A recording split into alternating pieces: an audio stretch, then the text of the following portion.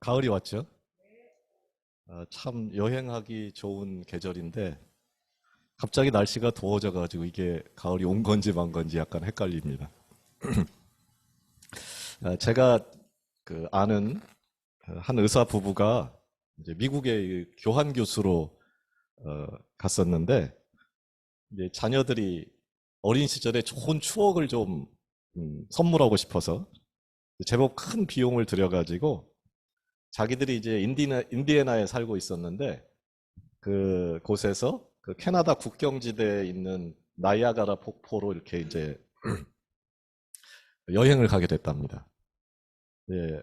근데 이제 아빠는 정말 많은 시간을 들여가지고 그곳까지 가는 그 코스 중에서 경관이 제일 아름다운 코스가 굉장히 많은데 경관이 아름다운 그 길도 찾아놓고 그 지나가는 산들의 이름이나 그 지나가는 지역의 역사나 그곳의 어떤 그 의미들 이런 것들을 굉장히 많이 조사를 해가지고 이제 딸만 둘 있는 분인데 딸 둘하고 이제 부인하고 넷이서 차를 타고 이제 출발했대요. 가는 길에 이제 아빠는 자기가 준비한 게 많으니까 신이 나가지고 저거는 무슨 산이고 이 지역은 어떤 지역이고 여기서는 옛날에 무슨 일이 있었고 뭐 이런 거를 열심히 막 설명하는데 너무 조용해서 보니까 뒤에서 딸 둘이 쿨쿨 자고 있더랍니다. 아, 한참 가다가 굉장히 멀거든요. 한참 가다가 이제 좀 피곤하고 좀 쉬려고 차를 세우고 자는 아이들을 깨워서 바람도 좀 쐬게 하는데 그 길가에 그 개구리들이 나와서 이렇게 이제 뛰어다닌 거죠. 그러니까 애들이 자다가 나와가지고 야 개구리다 막 이러면서 이 개구리들을 쫓아다니면서 너무너무 신나가지고 이렇게 하는 걸 보면서 야 큰 돈 들여서 여기까지 데려왔더니 보라는 거는 안 보고 엉뚱한 것에 저렇게 신나다니 하면서 웃었답니다. 어, 우리 아이들도 그래요. 진짜 큰맘 먹고 어릴 때 이제 유명한 어떤 여행지를 다녀왔는데 이제 큰 다음에 물어보면은 거기 갔다 온 것 자체를 모릅니다. 응? 참 그 아이들을 키운다는 게 성장시킨다는 게 쉬운 게 아니지요. 어찌되었든 우리들은 자녀들의 성장이라면 정말 물불을 안 가립니다. 논도 팔고 우리 아버지처럼 또 집도 팔고 그렇게 해가지고 아이들을 교육시키고 아이들이 성장할 수만 있다면 아이들에게 뭔가 도움이 될 수 있다면 뭐도 아깝지 않지요. 그게 부모 마음이지요. 근데 이 부모 마음은 대체 어디서 온 걸까요? 그 시작은 바로 하늘 아버지의 마음으로부터 왔다는 것입니다. 천국은 오늘은 천국 이야기, 제가 이제 세 번째 천국 이야기를 하고 있는데 천국은 뭐냐 하면은 다른 게 아니라 천국은 공간이 아닙니다. 천국은 우리가 죽어서 가는 곳이 아닙니다. 천국은 성경 어디를 봐도 죽어서 가는 곳이라는 말이 없습니다. 천국은 오는 곳이에요. 어, 천국은 다른 게 아니고 우리가 그 하나님의 마음을 아는 것, 하나님이 어떤 분인지를 아는 것, 그게 천국입니다. 오늘 본문은 예수께서 십자가에 달려 돌아가시기 전에 유언처럼 들려주신 천국에 대한 세 번째 비유인데 또, 또 천국은 이래야 되는데 오늘 이제 그 문장이 위에 천국 얘기가 두 번 나왔거든요. 또 천국은 이게 이제 우리말로는 거기가 잘 설명이 안 돼 있어요. 가르라는 헬라어인데 이제 왜냐하면 결론적으로 이런 말이에요.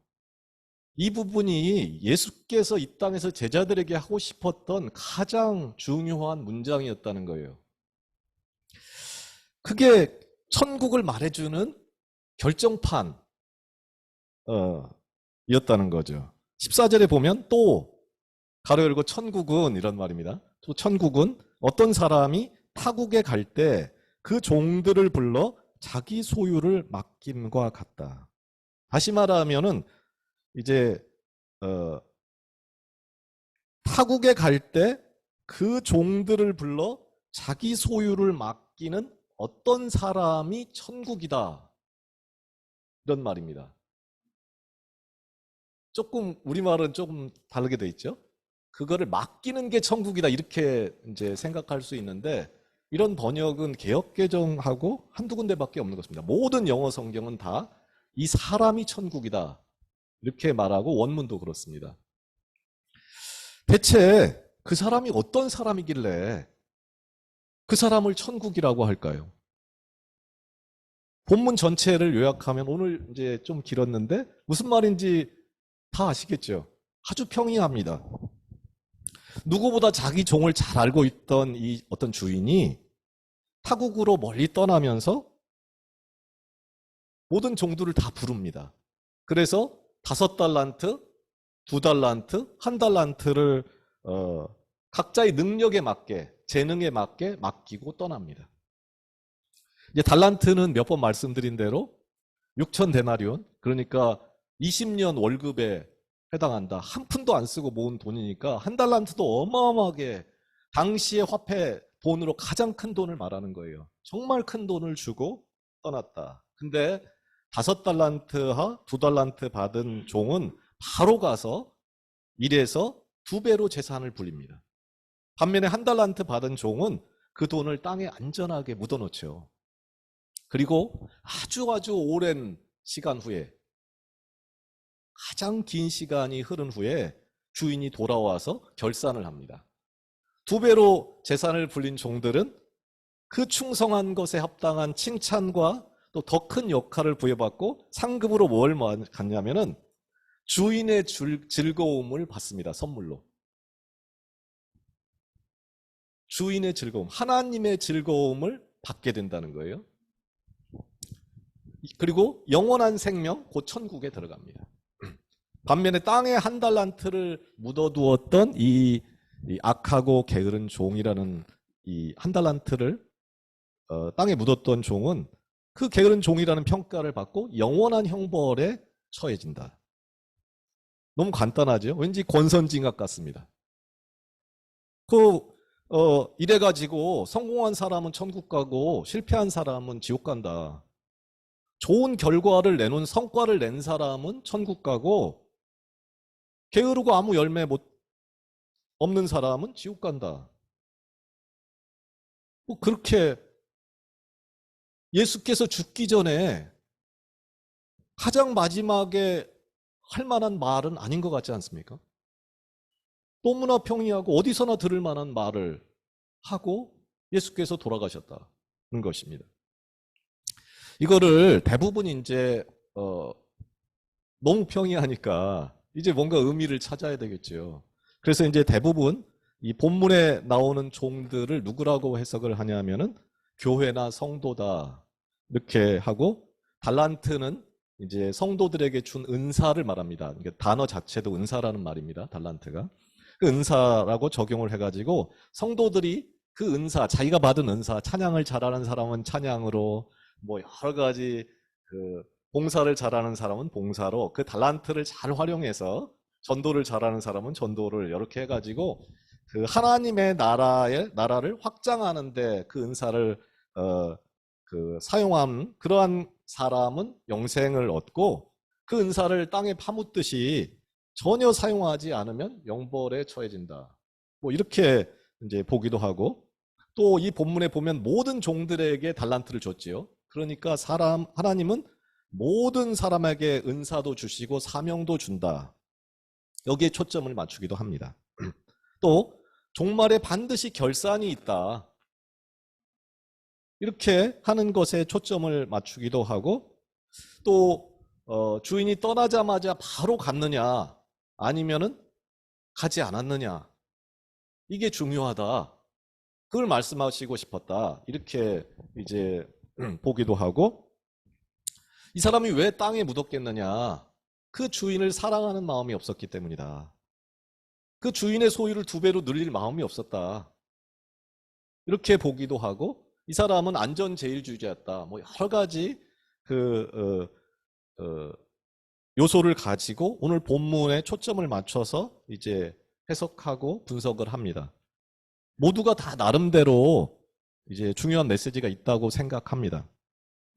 그런데 의문이 생깁니다. 왜 예수님은 십자가를 지고 죽기 직전 인생의 끝자락에서 정말 가장 절박하고 가장 중요한 말을 해야 하는데 제자들에게 어떻게 보면 이 너무 단순해 보이는 잠언, 격언 같은 이런 평범한 말들을 하셨을까요? 또 만약에 천국이 이 주인과 같다 그러면은 잘한 사람 상 주고 못한 사람 벌 주는 주인의 소유를 2배로 불린 거죠. 그러니까 자기 소유를, 자기 재산을 증식시켜준 사람은 상을 주고 그걸 못한 사람은 겁박하고 협박하는가? 그런 하나님인가? 그러면 이 하나님은 세상에서 말하는 그 신하고 뭐가 다른가? 하는 질문이 또 생길 수 있습니다. 또 지금 이 말을 누구한테 한 거냐면은 세상 사람들한테 한 게 아니고 제자들한테 한 거예요. 이 말을 듣는 제자들은 자기들은 2배로 남긴 종에 가깝다고 생각을 했을까요? 아니면 자기는 땅에 그거를 묻은 종에 가깝다고 생각을 했을까요?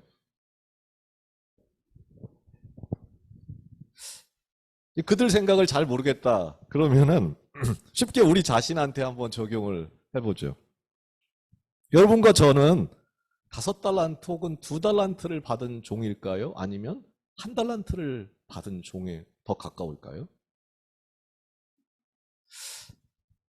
이게 몇 가지 질문을 던져보면은 이 말씀을 왜 하신 거지? 하는 생각이 듭니다. 오늘 본문이 25장이지요. 마태복음은 28장까지 있는데 26장에 가면은 사람들이 예수를 죽이려고 모의합니다. 그리고 27장에 가면은 예수님이 십자가에 못 박혀 죽습니다. 그리고 28장에 가면은 예수께서 부활합니다. 그리고 마태복음 28장이 끝인데 28장 18절에서 20절이 우리가 너무나 잘 아는 말이죠. 이 말을 조금 이따 한번 읽어볼 텐데 이 말하고 달란트 비유가 사실 똑같은 말입니다.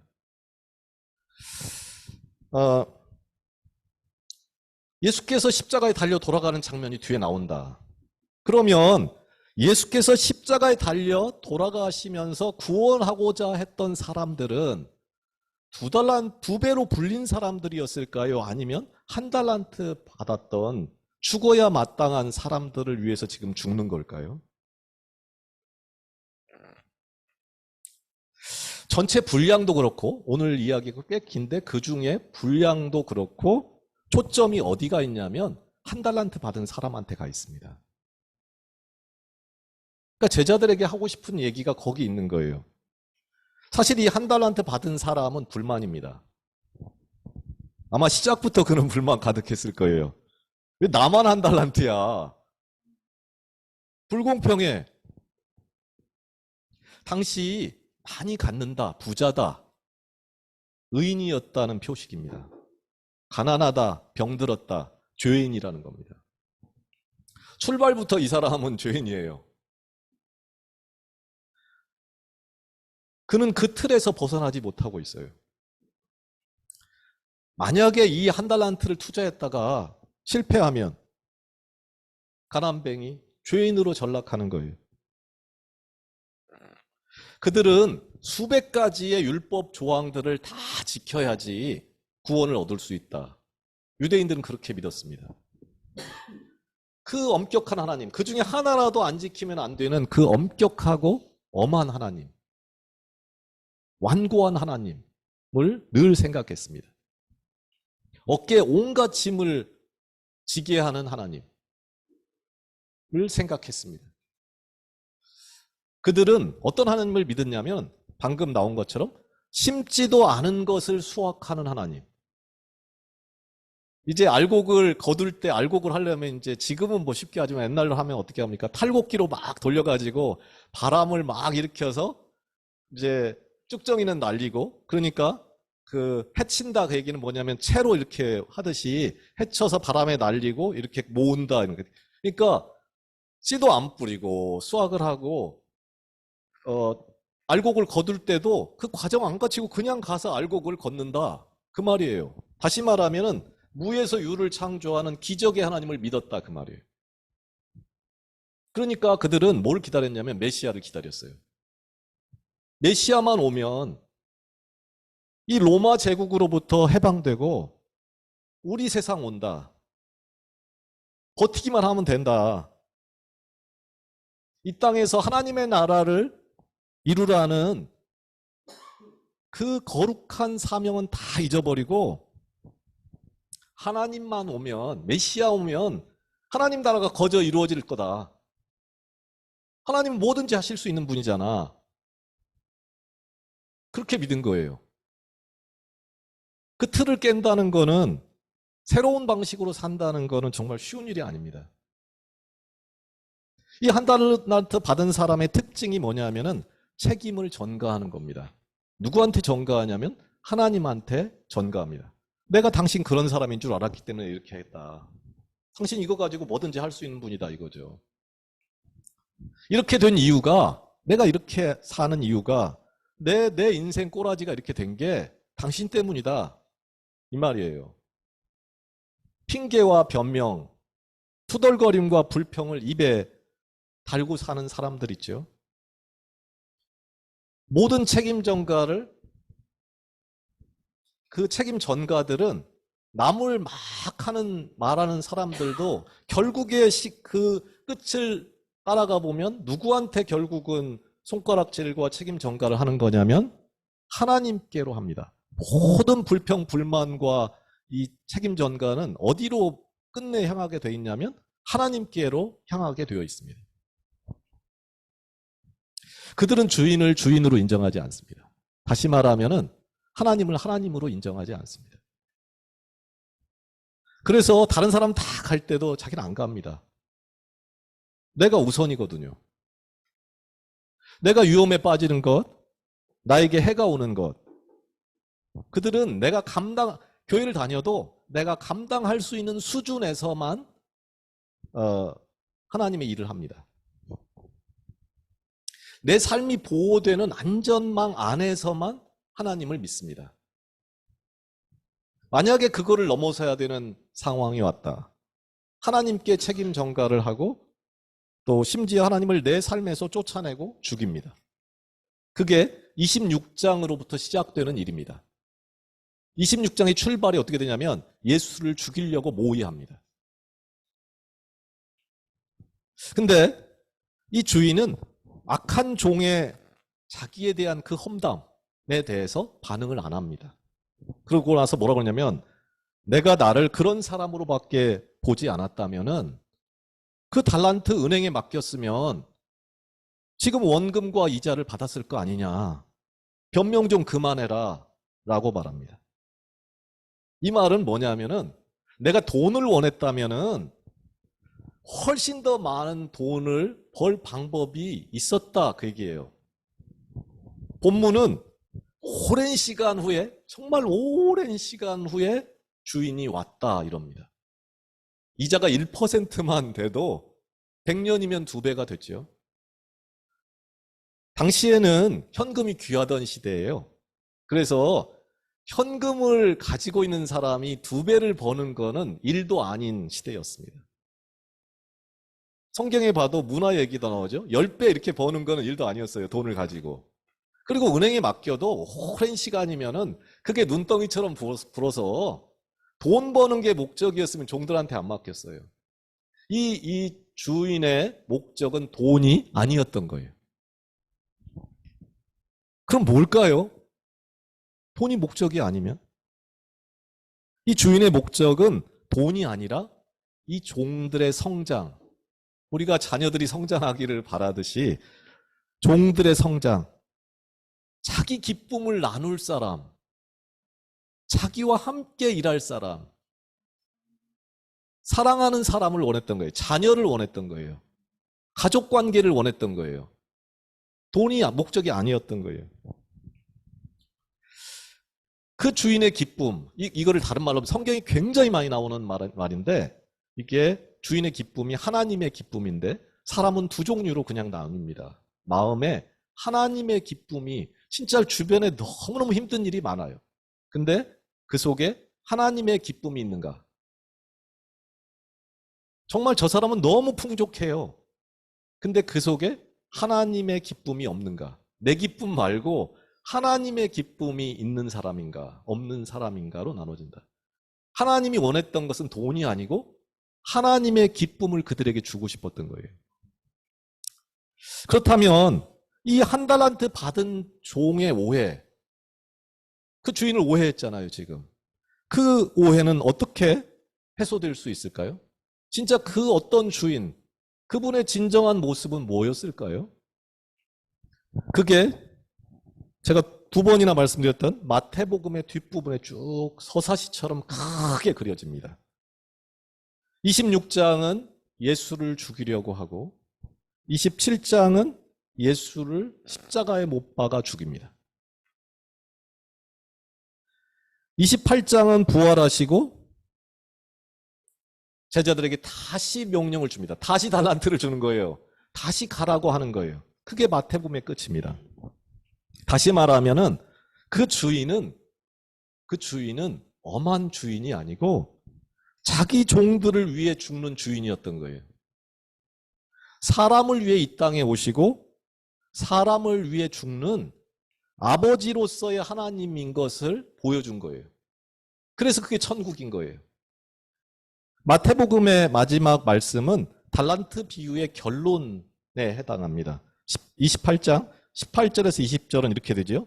예수께서 나와 말씀하여 이르시되 하늘과 땅의 모든 권세를 내게 주셨으니 그러므로 너희는 가서 모든 민족을 제자로 삼아 아버지와 아들과 성령의 이름으로 세례를 베풀고 내가 너희에게 분부한 모든 것을 가르쳐 지키게 하라. 볼지어다 내가 세상 끝날까지 너희와 항상 함께 있으리라 하시니라.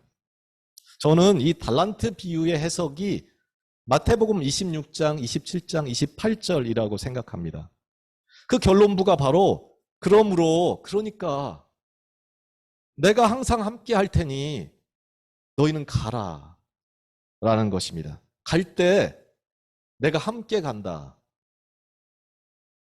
그렇게 약속을 하는 것입니다.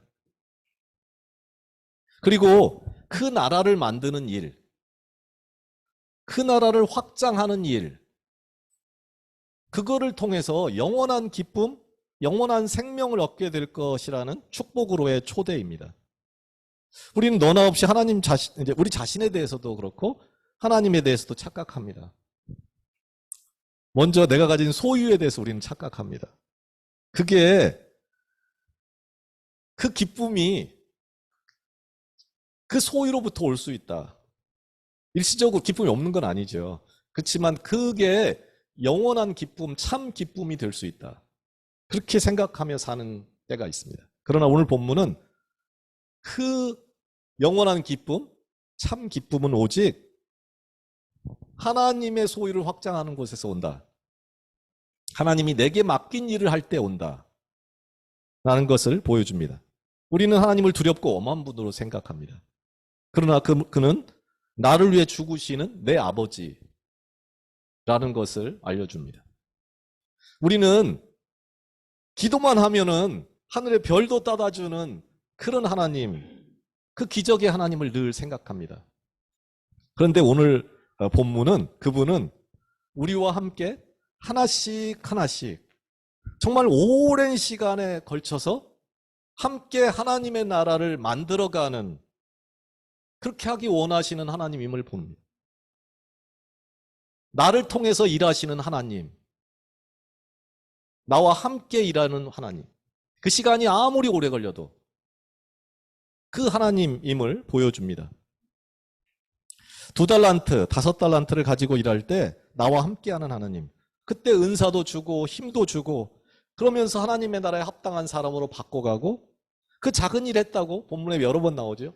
그 작은 일을 했다고 칭찬하고 그러면서 더 큰 일을 맡기고 그 속에서 하나님의 기쁨을 누리게 하고 그 속에서 영원한 생명을 누리게 하는 그런 하나님임을 보여줍니다. 이제 결론을 좀 맺고자 합니다. 사실 우리는 그동안 내가 하고 싶은 것 하고 또 가고 싶은 것 가고 내 판단, 내 방식, 삶의 방식 의지하면서 살았죠. 하나님의 음성 그 귓등으로도 듣지 않았고 또 들었다 해도 흉내만 내면서 나와 내 가정의 안전함이 유지되는 한계 내에서 내 삶이 보호받는 한계 내에서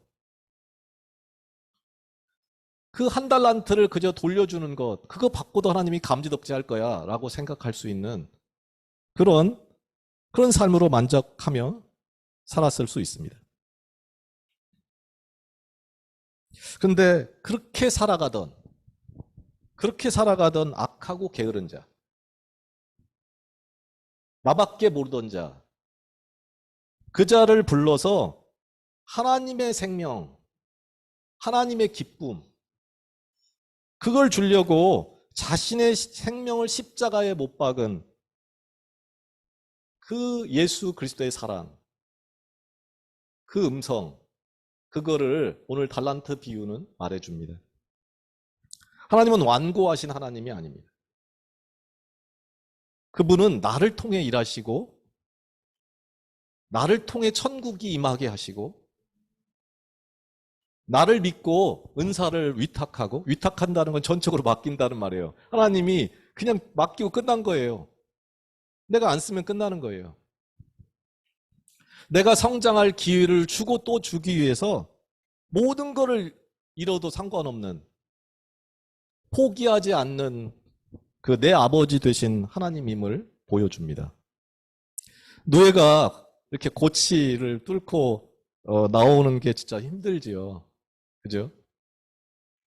그 과정을 거쳐서 헐헐 나는 나비가 되죠. 우리 생각의 틀, 하나님 이런 분이야. 인생이 이래 원래. 그 생각의 틀, 그거를 깨는 것은 그 삶의 방식을 바꾸는 것은 결코 쉬운 일이 아닙니다. 그래서 매일의 말씀과 기도가 꼭 필요합니다. 그 안에 이 은혜가 임하기 때문이에요.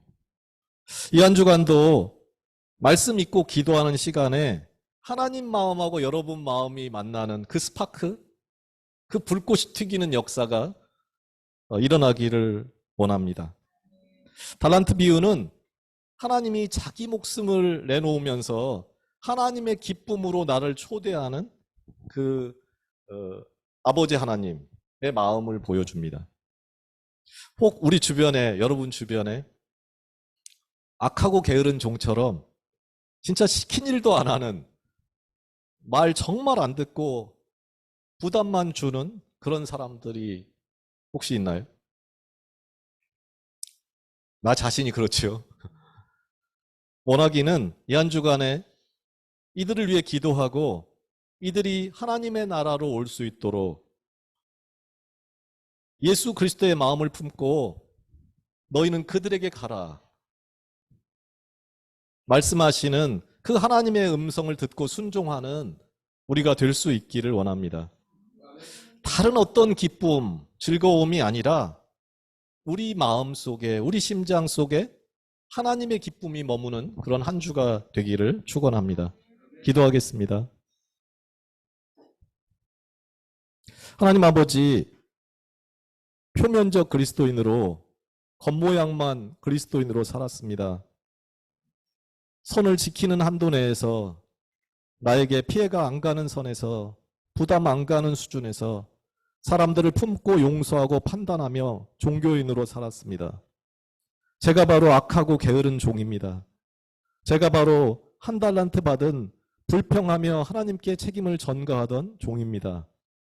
진짜 기쁨이 무엇인지, 영원한 참 생명이 얼마나 크고 놀라운지도 모르고 땅속에 파묻은 채로 지냈습니다.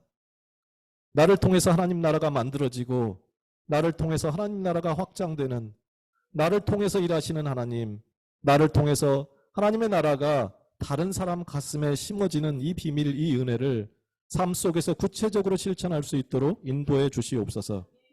오늘도 그 오랜 시간, 그 천국의 시간을 우리에게 허락하신 예수 그리스도의 이름으로 기도합니다. 아멘.